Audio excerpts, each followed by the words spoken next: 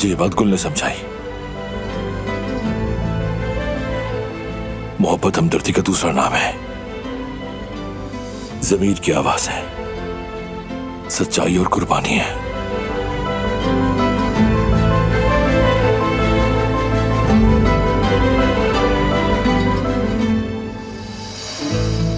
और इसीलिए चचा, मैं कसम खाता हूं कि बाबा जैसा कभी नहीं बनूंगा। मेरा बच्चा हमारी मोहब्बत में पलेगा, सीखेगा कि बाप सिर्फ नाम नहीं, साया होता है, एक सहारा होता है, पहाड़ की मानंद सहारा होता है। बाबा के दिए गए जख्मों के बावजूद मैं एक खूबसूरत खानदान बनाऊंगा चचा।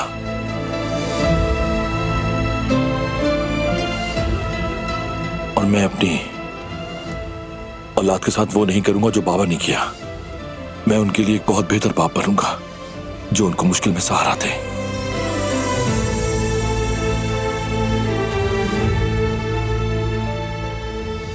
मुझे जर्रा बराबर भी शक नहीं है बेटा।